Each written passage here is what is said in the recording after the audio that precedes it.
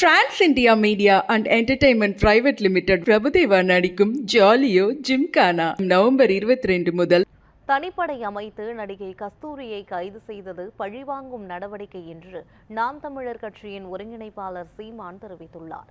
அரியலூரில் செய்தியாளர் சந்திப்பில் அவர் பேசியதை சூப்பர் பைட்ஸ் பகுதியில் பார்க்கலாம்.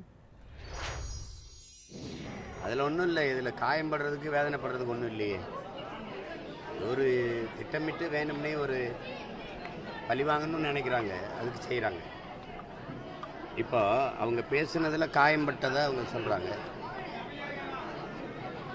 100 ஆண்டுகளாக ஒரு தமிழ் பேரினத்தை திராவிடர்னு சொல்லி கொண்டிருந்தா நாங்கள் எவ்வளோ காயம்பட்டிருப்போம்?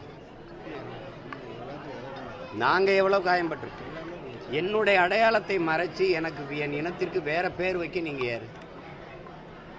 யார்? அப்போ எவ்வளவு காயம்பட்டிருப்போம்? அதிகாரத்தில் இருக்கிறதுனால இதெல்லாம் சிறைப்படுத்துகிற அளவுக்கு ஒரு குற்றமா? முதல்ல தான் கேள்வி. காயம்படுதுன்னா இந்த திராவிட முன்னேற்ற கழகத்தினுடைய வாடகை வாய்கள், அவங்களுடைய வலையொலிக்காரர்கள், அந்த கட்சிக்காரர்கள்லாம் மற்றவர்களே பேசுறதெல்லாம் அவங்க கேட்குறாங்களா இல்லையா?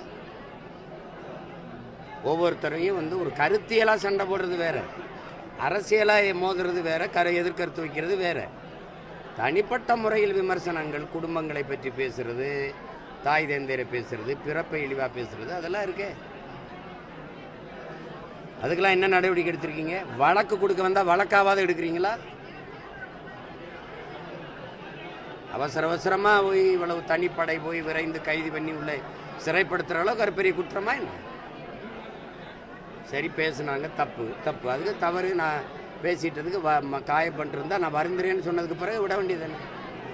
அதுக்கு ஒரு பெண்ணை அவசரமாக போய் வேறு மாநிலத்தில் போய் கைது பண்ணிட்டு